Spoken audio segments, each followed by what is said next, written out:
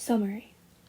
With how much Izuku talks about whatever comes to his mind, he sure was tight-lipped about his family, especially his brother. 3 times Izuku's nii-san is mentioned, and the 1 time he appears. 1. Midori! Izuku whips his head around from fixing his bag to the person calling him and gets a face full of Mina. Mina-san, what can I do for you? He smiles at her, though he thumbs a little at a loose sleeve thread, an action belaying his nervousness. Mina grins. Me and the others are going out for karaoke downtown. She gestures to the huddle of 1A students milling around behind them, a few people missing, but it looked like the majority of the class was there. And we were thinking of inviting as many 1A students as we can, like a class outing. Izuku flushes and frantically waves his hands around in his face as he stutters. I'm sorry, Mina-san, but I can't today. He completely covers his face at Mina's pout. Oh, Midori, why not? Don't tell me you have a dinner with a special someone today. Her pout turns into a wide grin as he flushes even deeper. So you do, guys. Her words get garbled up as Izuku uncharacteristically smothers a hand over her mouth. Shh, Mina-san, don't tell them. She just crosses her arms and raises her eyebrow with a look that says, who do you think I am? And Izuku just whines at her, saying, No, Mina-san, it's private. She stands down, but not without a fight. If I don't tell them, what do I get in return? Mina humps. She's surprised when Izuku actually rolls his bottom lip between 2 fingers and thinks about it. With a face that looks like a light bulb appeared on the top of his head after a few seconds of thinking, Izuku exclaims proudly, I'll call you Mina-chan forever. No more Sam. He beams at her, and Mina does not squint at the light this boy emits. Mina mulls it over for a quick second before she nods solemnly and shakes his hand. That's a good deal. I accept. As Izuku hefts off his backpack, though, she looks at Izuku and promises him, though I will find out who your mysterious state is. Then skips off to the karaoke group.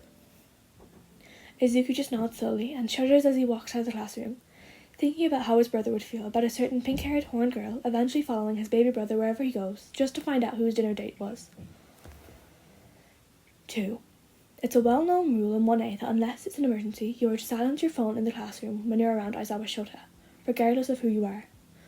So far, nobody has broken his unspoken rule, which is a miracle in everyone's eyes. So, imagine the class's surprise when it's Midoriya's phone that rings in the middle of one of Shota's lectures about underground heroes. The raven-haired teacher whirls his glare to a certain green-haired student he has, just to find said student raising his hand. Yes, Midoriya, what is it? He bites out, irritated at the chiming ringtone. He shrinks under Shota's gaze, but still asks, Sensei, may I take this call outside? It's one of my emergency contacts. No, you may take this call on your place, if it was so important for your contact to call you in the middle of your class hours. Shota resists the urge to pinch the bridge of his nose. Midoriya opens his mouth, but immediately closes it when his teacher intensifies his glare on him. He gulps and shakily accepts the call, bringing the phone to his ear, and greeting the person on the other side a small, nii-san? The entirety of 1A gets whiplash at that, thinking, nii-san? And everyone misses the moment where Shota really pinches the bridge of his nose and massages his temple because he knows who this is. He was his teacher, for God's sake. Hello to you too. No, but no! He hears Midoriya whine out beyond his oncoming headache. He wonders if it was really an emergency if his students' reactions like that. Meanwhile, on Izuku's side, he's squabbling with his brother about who used the last conditioner and didn't replace it. You didn't even use it. It wasn't me either way. Ask Mom. She had that gala a few days ago, right? This goes on for a few more minutes, with the class getting more and more confused with the direction of the Midoriya brothers' conversation is going, and Shota just giving up and zipping himself up in his sleeping bag. Yes, I told you it wasn't me. Yes, nii-san. Yes, nii-san. That's enough. Your day will go fine. Bye. Izuku hurried to say his final goodbyes and ended the call. He breathed a sigh of relief before remembering he was standing in the middle of the class while he was taking the call. Izuku could only melt in embarrassment as one explodes in noise and questions about his brother. 3. Despite having the famed lunch rush as UA's chef, everyone in 1A notices that Midoriya never fails to bring out a plain-looking homemade bento box. Every day he opens it and eats the same lunches. Katsudon during Mondays, Wednesdays and Fridays, while Tuesdays and Thursdays are randomized foreign foods like hamburgers and kebabs. Suyu, ever the level-headed savior of 1A, asks the green-haired boy about it. Hey, Midoriya, who makes your lunches? She croaks from across him. The whole table pauses, the curious bloodhounds. Said boy looks up from the hero article he was reading to look at her. Oh, nii-san makes them every morning before he gets to work. He leaves too early for us to see each other off, so he makes up for it for making me lunch. Why'd you ask? With how much Midoriya talks about whatever comes to his mind, he sure was tight-lipped about his family, especially his brother. It was public knowledge that the Midoriyas were a family of 3.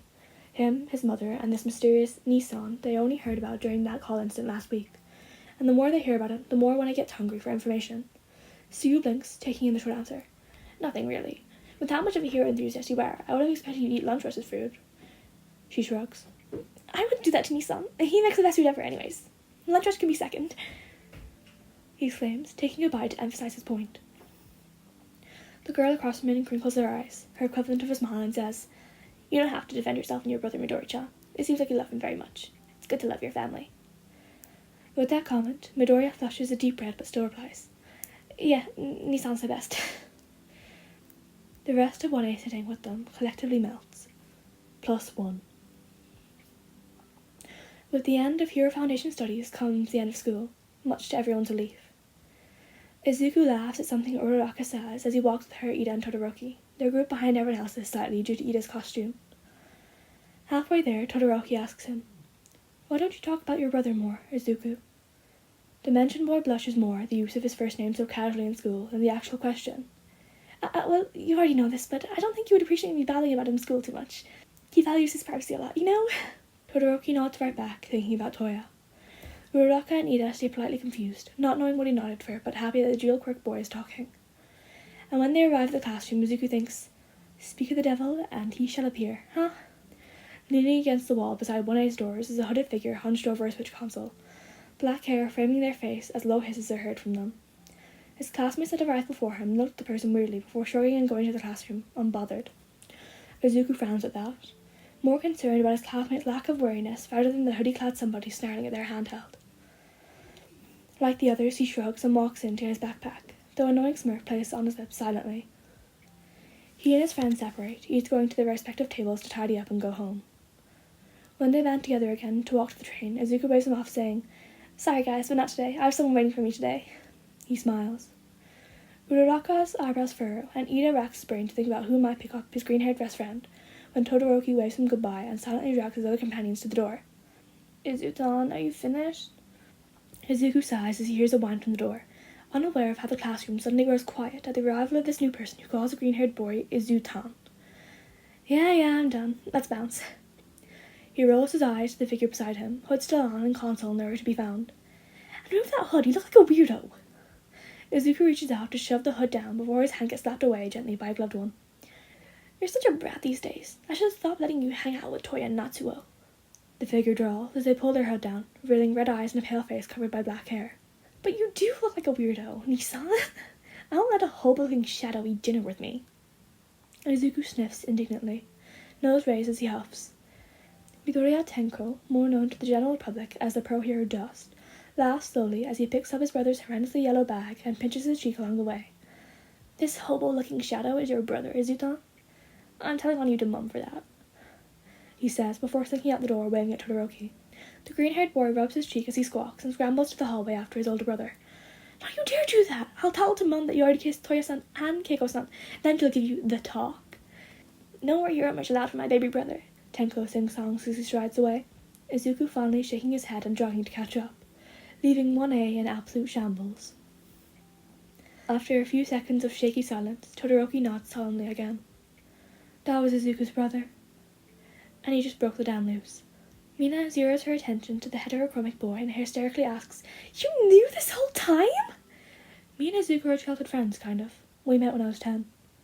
What? He shrugs. Both our brothers are pro-heroes, so we have scheduled dinners together. They're also dating each other, along with another hero. So that's that. At the side, Sarah looks vaguely pale. So I wasn't hallucinating when I thought I saw Dust in our classroom? Todoroki shakes his head, and the Ravenet puts his head into his hands. There. Kaminari pats his back. There's always the next time for autographs, bro.